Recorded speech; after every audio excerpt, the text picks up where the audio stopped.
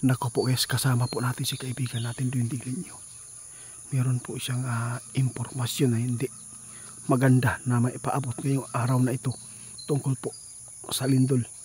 Mula nang niyanig po ang Thailand at saka doon sa Myanmar na 7.7, ito ay hinuhulaan na po nila ng ating kaibigan na mayroong bansa na tatamaan po ng malakas na lindol at guguho at gigibain ang mga gusali.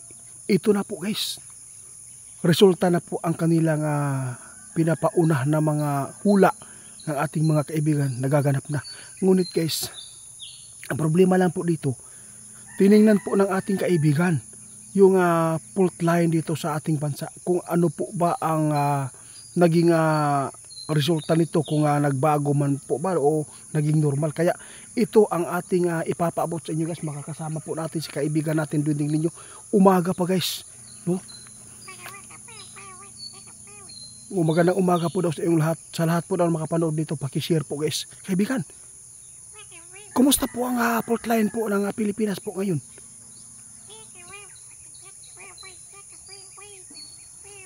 Diyos ko po guys, lalong umangat pa rin guys. Sa lahat po ng makapanood sa ating video, pakishare gid ko ani guys para daghan ang maluwas aning video para makapaghanda, no? Kasi po sinabi na po ng ating kaibigan, huwag po kayong pupunta po sa mga malalaking gusali, mall, yung hindi kayo pwede magtagal po doon Huwag kayong mag-stay sa mga malalaking building matataas kasi delikado po pag may lindol na malakas. Kaibigan, kumusta po ba yung yung fault line na binanggit mo ngayon? Ano po ba ang update po? Ha? Tiningnan po nila guys ang fault line po ng Pilipinas, sabi natin kaibigan. Kasi po mula nang niyanig po ng 7.7 yung Myanmar doon sa Thailand din, natakot ang ating kaibigan, kaya in-update po nila kaagad kagabi ang panahon, ang lagay po ng ating fault line po dito sa ating bansa ngayon guys, kung saan nakita ng kaibigan natin na mas lalo pang umangat. Ito ay delikado kaibigan, di ba? Kasi pag mayroon pong darating na lindol po dito sa ating, kung magkakaroon tayo ng lindol, kapag gumalaw po talaga yung kalupaan natin, yung fault line na yan ay babagsak at doon po napakalakas po yung impact sa yanig guys. Kaya nakakatakot ito. Ayaw po natin matulad po sa Myanmar. Malakas na po talaga yung kaibigan, yung 7.7, di ba?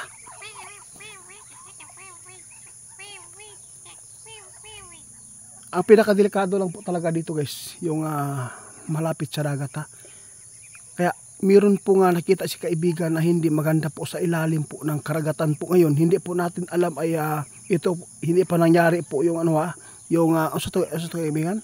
O tsunami. Hindi pa nangyari yung tsunami. At saka hindi pa nangyari yung Dabiguan. Yung tungkol po doon sa Myanmar, hindi pa yan Dabiguan guys. Hindi pa. Ang Dabiguan naabot po ng 10 o 11. Magnitude, di ba? Ito po ang payo ng ating kaibigan. Balikan mo.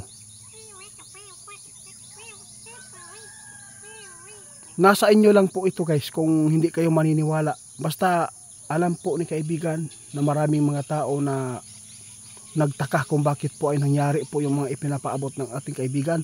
Sinabi po nila noon 2025 magkakaroon po ng kaguluhan na matindi. At saka maraming mga tao na manlilin lang, no? Nagaling sa ibang bansa, iba? Anong nangyari? Meron. At saka ngayon guys, mayroong mga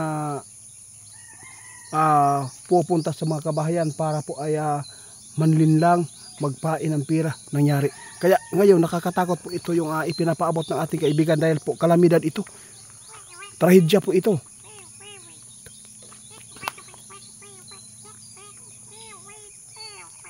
Dapat po maging ngayon guys, maging mapagmatsyag ba, at saka magdasal po lagi kayo, sabi ng ating kaibigan, para po ay maiwasan po natin ang mga tragedya na hindi po natin inaasahan na bigla na lang po darating.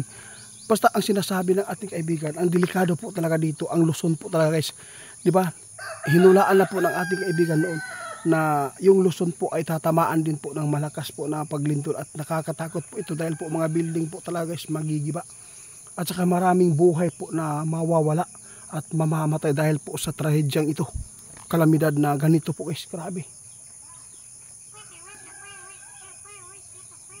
Oo kaibigan, pero sa tingin po ninyo hindi po ba pwedeng maging normal yung fault line? Hindi po daw guys, no, pwedeng magalaw po yan kasi po kapag ganyan, no, kusang loob po yan siya na magkikis-kis po talaga para po ay pantay, pero hindi, walang pagbabago ang kanilang nakikita noon kasi hanggang ngayon.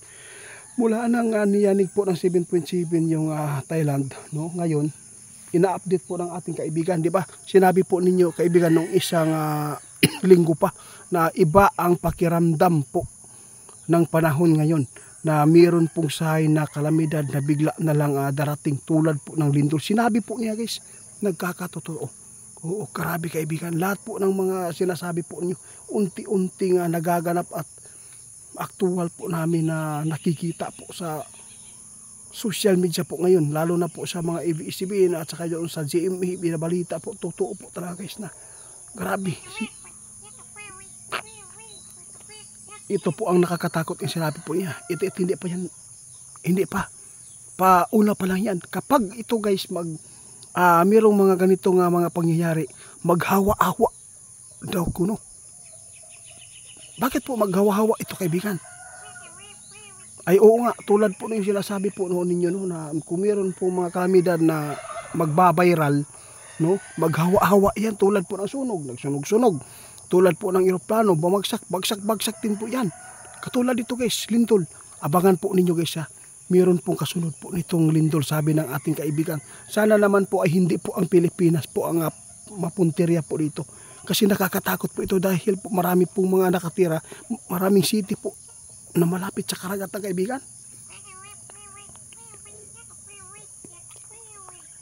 Kung sakali man na makita po ninyo agad yung mga panahon natin, pwede natin ipaabot agad na para po ay makapaganda sila at makalikas po sila kaagad doon sa area po nila para hindi naman po sila mapapahamak kaibigan.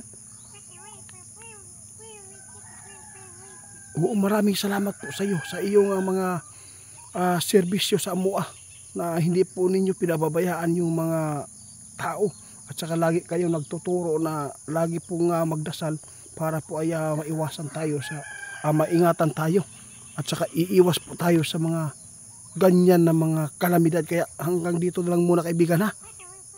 O, mag-ingat po din kayo. O, salamat po.